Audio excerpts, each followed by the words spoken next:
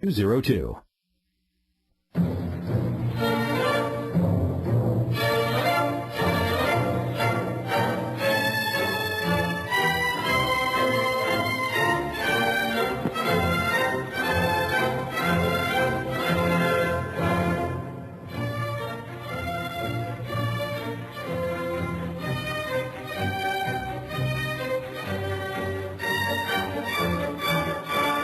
Welcome to this week's edition of World Crisis Radio. This is your host, Webster Tarpley, from Washington, D.C.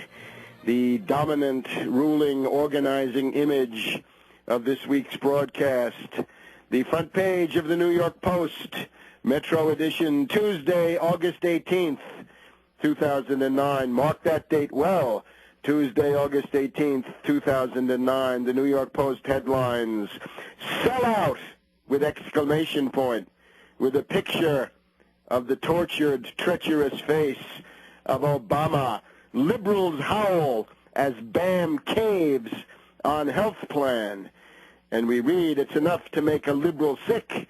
Diehard supporters of President Obama were feeling betrayed yesterday over signs from the White House that it was set to pull the plug on a key aspect of the health reform plan, a government-run insurance program. You can't do health reform without it, says Howard Dean. Now, of course, the point here is Obama, the puppet of Wall Street, not a socialist, in no way socialist, an enemy of the working class, an enemy of workers, an agent of finance capital, the opposite of a socialist, rather an exponent of the Mussolini fascist corporate state, down into the smallest details.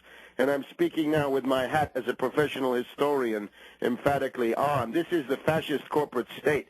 This is the opposite of socialism. This is the counter-revolution fielded by the European finance oligarchy against socialism, if you will, even though sometimes the personnel can be interchangeable and the labels also shift around.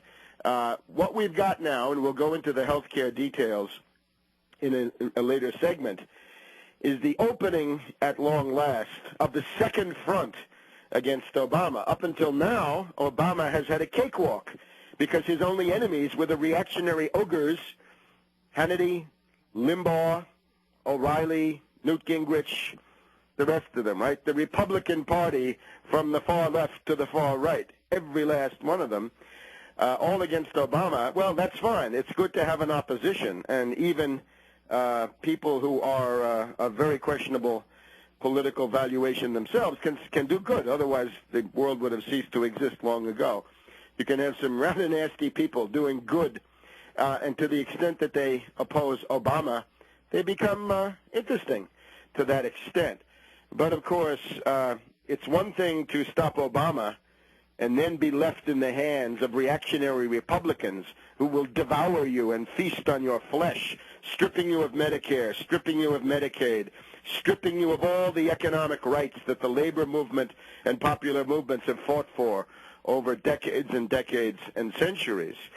Your problem is get rid of Obama and fight the depression. You've got to get rid of that world economic depression. And what these right-wingers tell you, of course, is baloney. There is no Austrian business cycle that will lift you out of it. You get out of it when you make the necessary New Deal reforms and restart production, that word that we hear so seldom. Production, the only way there's any wealth.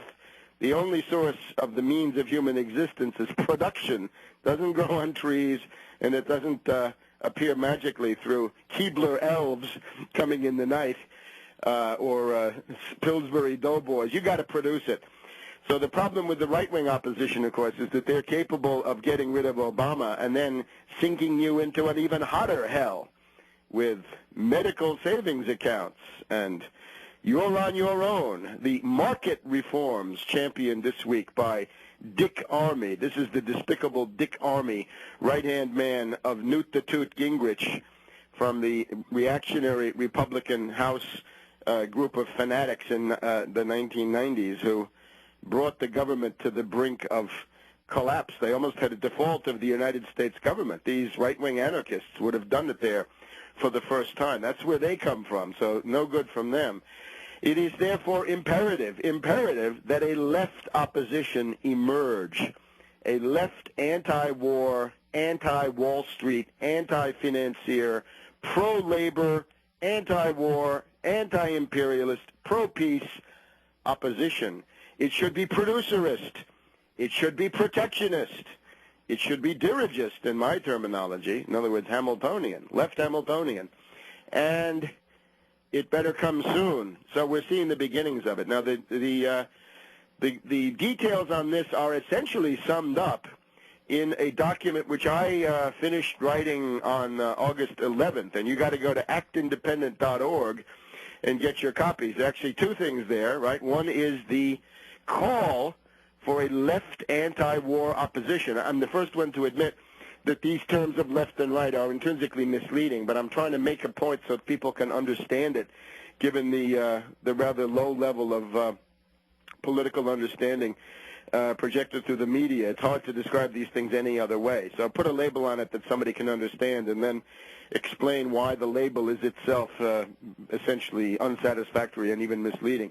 A left anti-war opposition is indispensable, because this is the way that you can weaken Obama, you can exact concessions from Obama. It can be done, and ultimately you can get rid of him. When you're strong enough, you want to deprive him of his second term. You want to deprive him of his congressional majority. You want to checkmate him in every way, of course.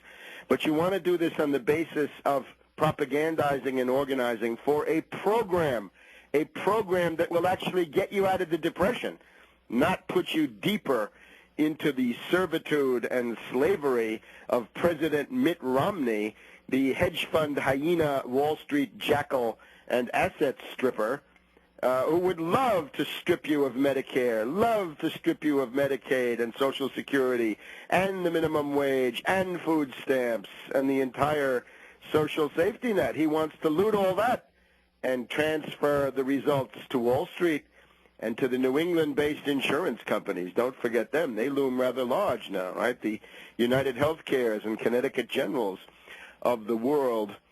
So that is the paper that you've got to look at, the call for a left anti-war opposition. Get it at actindependent.org. There's also an intervention leaflet there, which is designed for people going to these town hall meetings.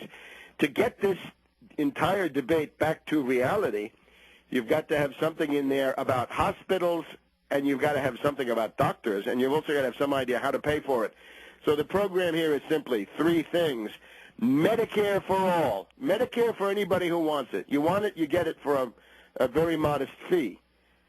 No death boards. Obama has death boards. He has more than one. He's got death panels coming out of his ears. The entire mentality of the Obama administration is essentially Governor Richard Lamb of Colorado and the Hemlock Society rolled into one. That's what's going on in Obama's brain. I mean, you can see it from what he says.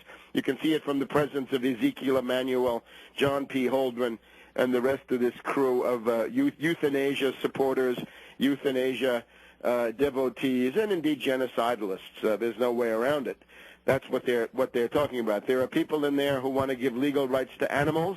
That would be Peter Singer, the advisor of Zeke Emanuel, and then, of course, Holdren, even more radical, wants to give legal rights to trees, but not to you. You have no economic rights, but trees and animals get rights. This is the classic oligarchical philosophy that we see going back to the Greeks, right? We can trace this back at least 2,500 to 3,000 years. Where there is an oligarchy triumphant and ruling and then in trouble, this is what you begin to see. Now, the other element to this, we're going to go through health care in some detail, but the other big thing is Cindy Sheehan going to Martha's Vineyard. This is huge. This now means that for the first time, we've got a left anti-war front opening up against Obama, and Cindy Sheehan has made some excellent statements, and I'm going to read you parts of those statements later in the broadcast. It's time to support Cindy Sheehan, and if you're in the New England or New York area or anywhere nearby, go to Martha's Vineyard. You go and organize against Obama. Back in a minute.